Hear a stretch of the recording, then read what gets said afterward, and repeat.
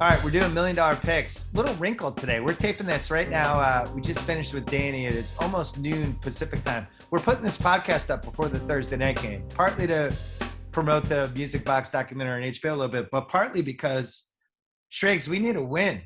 We do. We're still up for the year, but we're only up $114,000. Not what our fans expect after the incredible playoff run we had, where we won over $5 million in 5 weeks, basically. So I wanted to actually jump on the Pats as part of what we want to do this week. We can tease them. The Pats are playing tonight. They're in Atlanta. We have stayed away from Thursdays in general. I've stayed away from them from a betting standpoint. They're a crapshoot. You have no time to prepare. You never know with the injuries. I'm a full believer in this Pats team. I want to keep riding them because I still feel like there's some value. And I think we can tease them. Pats 6.5. Okay. With the Bills -7 against the Colts. Now, there's a little Colts momentum right now. Yeah, no, they run the ball well. I'm going to throw some water on it. I think the Colts are the good bad team. Okay, talk about I think that. every year we have the bad team that's good against the other bad teams. But when they play a good team, they're suddenly not as good. They've lost to Seattle, the Rams, the Titans twice, and Baltimore. Here's who they beat: Miami, Houston, San Francisco, Jacksonville, the Jets. That's how they got to 5-5. Yeah, Jonathan Taylor, I get it. Buffalo, 3rd in rushing yards allowed. More importantly, Wentz on the road. What are we doing? Yeah. What are we doing? It's Carson Wentz. He's on the road. He's going to go into Buffalo and beat the Bills? Carson Wentz? Carson Wentz? Can I serve as a counter to your argument just to put Let's this hear out there? Let's hear it. This is why we talk it out. The mighty Buffalo Bills are 6-3. Their wins this season, if I may. It's not good. It's not Miami, Washington, Houston, Kansas City, Miami, New York. Their losses: Tennessee, Pittsburgh, Jacksonville. I don't look at the Bills as this mighty team. I would pick them in this game. Money line, let's go. Let's do it for the teaser. But, I'm not going to hold who have the Colts beaten up against the Bills because they've beaten even less. It's a very fair point. I think the Bills win the game, which is why I want to put in the tease. I would not be surprised if it was close. I would not be surprised if the Colts led at some points. But ultimately, if this is a fourth quarter game and it's close, I like Josh Allen against Carson Wentz. And if Carson Wentz costs us money, so be it. I think he does 2 ridiculously dumb things a game. I also think, Pittman's really good too. And I think he's that receiver class, he's leapfrogged a couple guys in that thing. So, but, if you load up on Taylor and you try to control Pittman and you just make Wentz try to spread it around to everybody else, I think that's doable. But I also wonder, Buffalo's kind of due for a good game against somebody who's at least decent, right? Because I think the Pats are a more well-rounded team, and I think they can go toe-to-toe and beat them potentially twice. But I also think the Bills haven't really shown in a game yet what they are. Have you seen them play a kitchen sink game yet against anybody?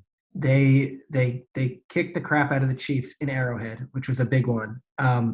I also would say they've got the number 1 defense in the league. But again, they got fat off a 40-0 win against the Texans. They got fat over 2 wins on the Jets. I'm throwing that out. That Jacoby Brissett game in week 2 or week 3. Yeah. Right. Week 2. Yeah. Their point differential blows everyone else out in the league. Buffalo's D is really good. I think Josh Allen's due for that monster game. This is the one to do it. Let's go. Let's go with Buffalo.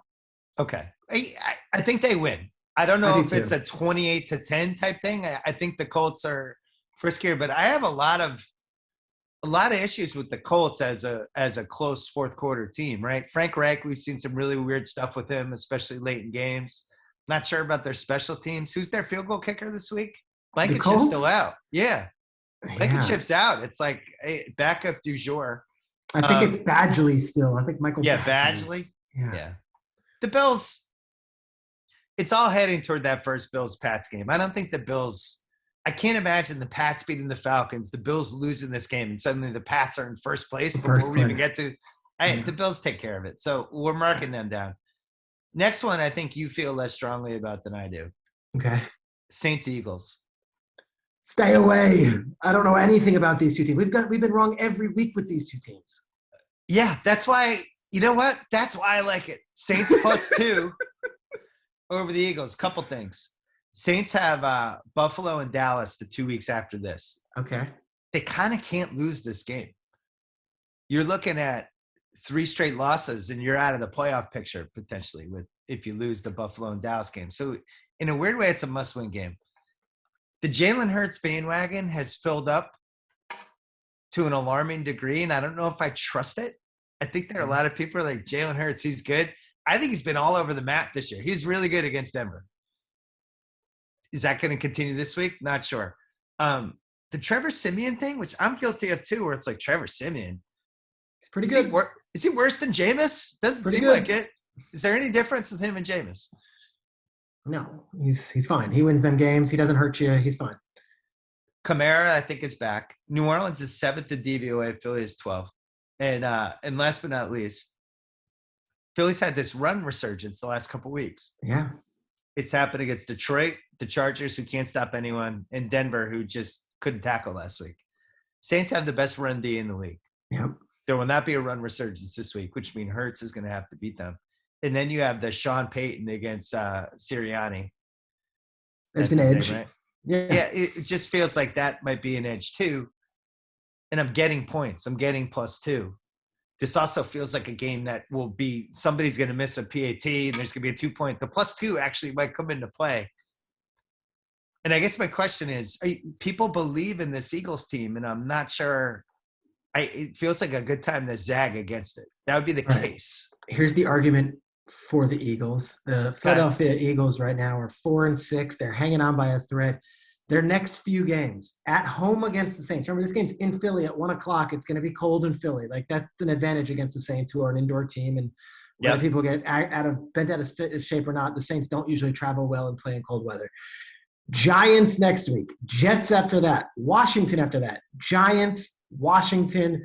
And then they finish up the season, and it's like, all right, if the Eagles can rattle off all these wins, let me look at their final few weeks here. They've got a season where it ends, of course, Christmas weekend, Giants, and then trying to figure out who they play after next. But the Cowboys one more time, whatever it is.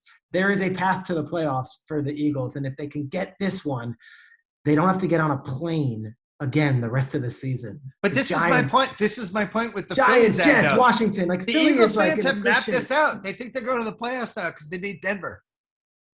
They went into in a game Denver, that I they bet played on. well.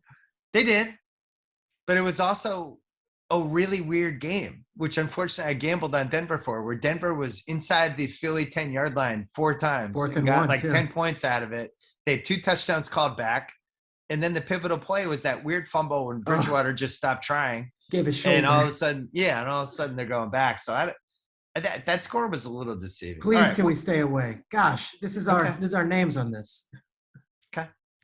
Vikings, Packers. Ooh. All the Vikes do is play close games. Yes. They have 5 losses. OT by 3. They lost by 1, lost by 7, lost by 4, lost by 3 in OT. Okay. Packers 8-2 against the spread. All right. They've covered 8 of their last 9. History says teams don't end 14-2 against the spread. At some point, the line starts zagging against. No Aaron Jones this week. No Aaron Jones in Minnesota. In Minnesota. Who do you think has a higher DVOA out of Green Bay and Minnesota? I'm going to guess Minnesota, the way you're leading me into that. Minnesota, 9th in DVOA. Green Bay, 12th. Minnesota, 4-5. They could be 7-2 if you change 3 plays. Our guy Greg missing the kick. Greg Joseph. Our hero Greg. Cousin Greg. And 2 other ones. Rest of the way, at San Fran, at Detroit, Pittsburgh, at Chicago, the Rams, at Green Bay, Chicago. There is a path for them to go 10-7. Mm-hmm. They have to win this game. They have to split the series with the Packers, realistically. Vikings +1.5 at home. Home dog. Against a team that has always hung around in these games. There's 2 ways to play this. One is just take them straight up. The other is we sprinkle them into a tease. bring it to plus 7.5 because they haven't lost a game by more than 7 points all season. Here's the thing. Vikings, their whole thing is they're going to stop the run and they'll build it to do that. Like, that's not a great strength when Aaron Rodgers on the other side of the ball, who's just going to be like, I'm going to throw all over you guys. We haven't seen Rodgers be Rodgers in a couple of weeks since the COVID, especially not last week where he kind of came in shaky against Seattle. Is this the Aaron Rodgers FU game? And he's like, all right, everyone's picking the Vikings this week. I'm going into Minnesota without Aaron Jones, and me and A.J. Dillon and Devontae Adams, we're going to light it up. I think it might Or is it the FU Aaron Rodgers game? Like, FU Aaron Rodgers, who are you? Last 7 weeks. Cousins, better stats than Rodgers this season, just for the record. Yeah, but thank God for the eye test. Yeah. Packers last 7 weeks, 27 points, 25, 24, 24, 24, 7, 17. That arrow's pointing down, Triggs. Yeah, it is. And Jones is a huge player for them. So I have 2 questions. I think the Packers are a team that's going to score in the mid-20s ultimately. Okay. Can the Vikings get into the 20s against the Packers defense? Yes. Now, I'm super frustrated when I watch the Packers when I watch the Vikings because I think they run the ball really well. I think Jefferson is completely unstoppable, and I really like Thielen. Yep. And I don't understand when I watch them. I don't understand why it's not a 10-play, 80-yard drive every time with the team they have, and they shoot themselves in the foot. I know there's been some real skepticism about the offensive coordinator. Yeah, it's Gary Kubiak's son, Clint Kubiak. Vikings fans they're up in arms about it. How could this guy be the best option when we got all these skill position players and we're giving this guy a shot? And maybe it's unfair, but I think anytime someone sees the son of a legendary coach be given a job when he's 33, it's like, come on, like that's nepotism. That's not what it should be. But their offense has played well the last few weeks. And I thought last week in LA, and I know the Chargers are snake bitten with this stuff too, for them to actually shut the door and win one of those games, I thought it was a big step for them. So Bill, if you want to go with the Vikings and you want to put them in a tease and maybe give us a little points just to protect ourselves, to bump it up to a plus 7.5? Yeah, I'm down with that. Okay. Last one. Bengals Raiders. Bengals -1. It's at Vegas. Not sure that matters. Did you see what Zach Taylor said this week? What did he say? So what do you think, if you go to Vegas, Zach is not a huge, big look at me person. He says, when I go to Vegas, I go alone. And I tell my wife not to come, and I don't go to the pool. I don't go to the club. I don't do anything. I sit at the craps table for 72 hours straight, and I just play craps. I'm like, Zach, I like that. And he says, wow. that's what I do. That sounds Vegas. Like me in Vegas, where I just play 15 straight hours of blackjack as my friends come and go. Got my asshole friends like, we're going to go see Tiesto at the club. I'm like, I'm good. Yeah, good luck. I'm going to sit Thanks here. Anyway. I thought the Raiders were reprehensible in that Chiefs game. Now, granted, if a couple play, there was a world in which if Deshaun just doesn't fumble, they're at least trading scores with them. But yeah. I didn't like the body language at all. Yeah. The defense, they have 2 good pass rushers. They can't cover. Yeah. And the more I watch them, it just seems like any good defense, any good offense can go on them. On the flip side, the Bengals have hurt our feelings a couple times this year, more recently with the Jets game. The Browns kind of whooped on them and ran down their throats. I just don't know if the Raiders have the type of team that would be a problematic for the Bengals. Like, I think the Patriots would kill the Bengals. Mm-hmm. I think they would run the ball, be super physical, and just they would take out Chase, and I think they would have trouble. I don't know if the Raiders are that team. And then you think like the residue of the Gruden and then Ruggs, those 2 things, it does seem like there's some effect now. I saw a team during that Chiefs game that seemed like it checked out in a way that I didn't like. That fourth quarter was really rough. And they have a terrible interior defensive line. And Joe Mixon, he can run the ball, and the Bengals can move the ball. I love Cincinnati in this game. And I think it's been a lot for Las Vegas. And look, the last 2 years, they started off 6-3 and 6-4 and missed the playoffs. It looks like it's going that way again for the Raiders. I don't see them pulling a rabbit out of their hat and suddenly going on some torrid run. I would pick the Bengals here, even in Las Vegas. All right. Underdogs. Steelers are plus 225 against the Chargers. The Chargers have Jedi mind tricked everybody, and I don't really understand it. They've been bad for multiple weeks now. Their offense looks pretty broken. Doesn't seem like it just seems like they've lost their identity. Mike Williams has disappeared. Teams have taken him out. They can't seem to figure out how to use Herbert. Steven Ruiz for us did a really nice chart of Herbert's throws last week, where none of them were long. It was like looking at Steph Curry's shot chart, and everything's from 15 feet. They just haven't unleashed him. Everyone was ready to make Brandon Staley the coach of the year. It's clearly now it's Vrabel or Belichick, right, at this point? Or Those Cliff. would be the favorites. Yeah, or Cliff. Cliff's fair. But you throw in the terrible run defense. You throw in the coaching, the Tomlin, this Steelers team that just seems like they can hang around in these games. And I don't know why the Steelers are dramatic underdogs. They're plus 225 in this game, Striggs. Yeah, because last week was so bad. Their defense gave up 240 yards rushing to a Lions team that's done nothing, and Mason Rudolph really did not. So, but when you're playing football and your quarterback is an abomination, that has to affect the defense. I know, and they found that out. They found that out hours before the game. The night before, that Ben wasn't going to go. A couple years ago, they went into LA with Duck Hodges on a Sunday night and won. I think they can win, and I also look at the Chargers. Bosa, star player, might not play because of the COVID-19 protocols. Jerry Tillery on the defensive line hasn't been as good. He's a first-round pick, though. He's probably going to be a game time with the COVID stuff. And, I agree with you. We crown Herbert, but now we're going to go – and he's awesome. He's got a great arm and all that stuff. But now we're looking at the possibility of him going 2 seasons of missing the playoffs and having all these gifts. And it's like, is this a wasted potential type deal? I know they don't want to hear it. Chargers fans get really sensitive to this. That was a really purple room last week in that SoFi, and it was Vikings fans travel. And guess who really travels? This is the last piece of the case. They're 6.5-point underdogs right now, plus 225, and I think we should think about them for the plus 6.5 too. It's going to be a home game for them. Yeah, there's so many Steelers fans here. They're everywhere. Fucking psychotic. Yeah. They will. Every Pittsburgh fan within 120 miles of this stadium will be at that game. Chargers fans and I think the Chargers organization, they do not like this storyline. They're like, that is not the case. Well, if you come to the game, you will see this. This one will be undeniable, and it's going to be on national TV, and there's going to be terrible towels. And if they hang early, if they hang around, they'll be felt. So I think the Steelers have the edge in this one too. So for Underdog Parlay, we can put them with Washington. Washington going against Carolina, they're 3-point underdogs. You put Steelers and Washington together in a parlay, it's plus 674.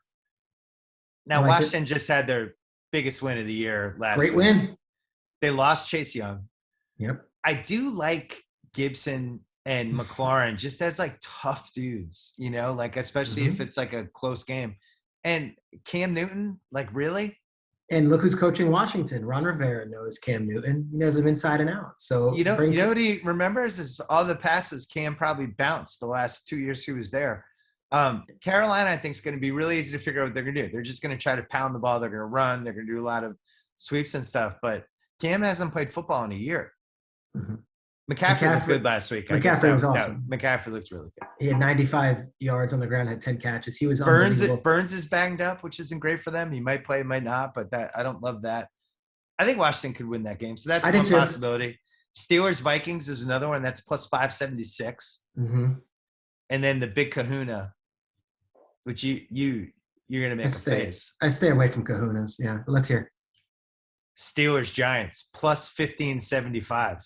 Giants in Tampa. Giants would have to beat Tampa. It would be an official Tampa tailspin. I mean, this would be Tampa. By the way, they're okay on the road. They've put up 40 points every home game this season. Something like that, or 30 points. I wouldn't go with the Giants in that one. Washington and Pittsburgh is interesting. So we could do Steelers Washington, and we could do Steelers Vikings.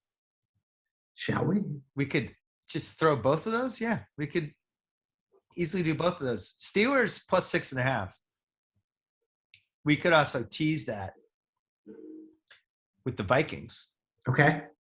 Keep them away from Pat's Bills. Keep Pat's Bills a separate tease. Yes. Dig it.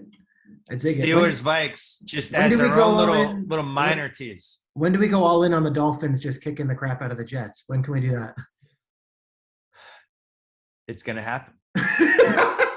We are going to do the $1 million picks right after this break.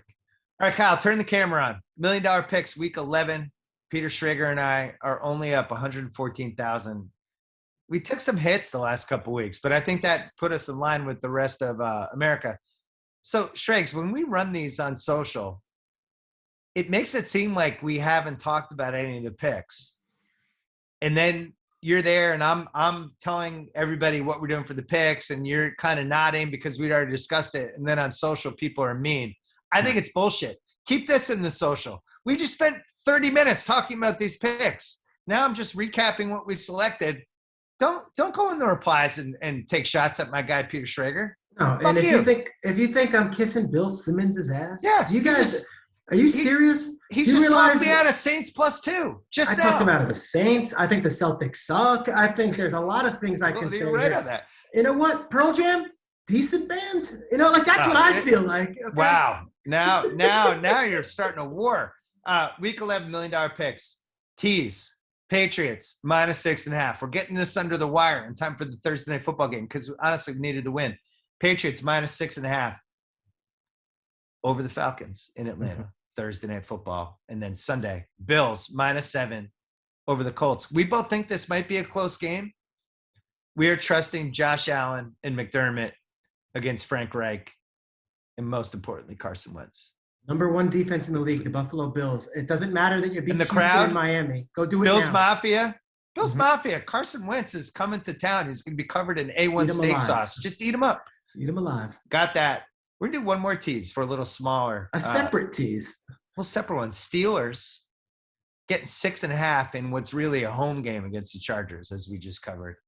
And then the Vikings against the Pack. They're home as well. They're also getting points against Aaron Rodgers, the misleading Aaron Rodgers. Some would call him a liar. Misleading is probably more charitable. We're going to tease the Steelers to +12.5 against the Chargers. We're going to tease the Vikings to +7.5 against the Packers. 2 home dogs. It's a home dog as we're heading toward Thanksgiving. A home dog tease. You call the Steelers at the Chargers a home dog. I love it, dude. Yeah, home dog. Who's going to have more fans, the Steelers or the Chargers?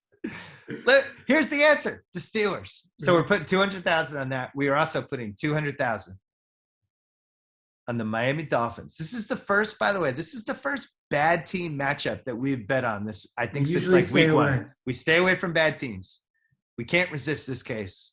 Miami -3 against the Jets. It doesn't even matter where this game's being played. Both fan bases are demoralized and depressed. Give the Jets defensive stats again for the social media video really quick.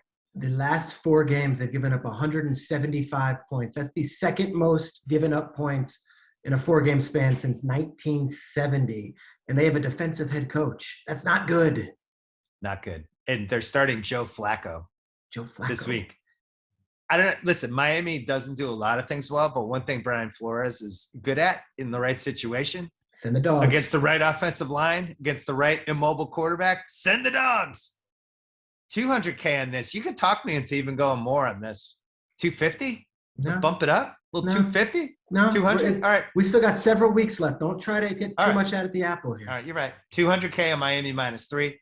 Last one, Bengals -1 against a Raiders team that honestly quit against the Chiefs a few days ago, and combined with all the strife and turmoil they've had this season, feels like a team that the arrow is pointing down. And we have a Bengals team that cost us a lot of money a couple weeks ago. Twice. Yep. Twice. You're right.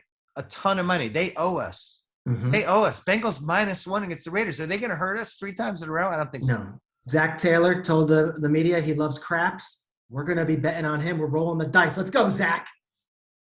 Last but not least, Underdog Parlay of the Week. FanDuel will be boosting one of these.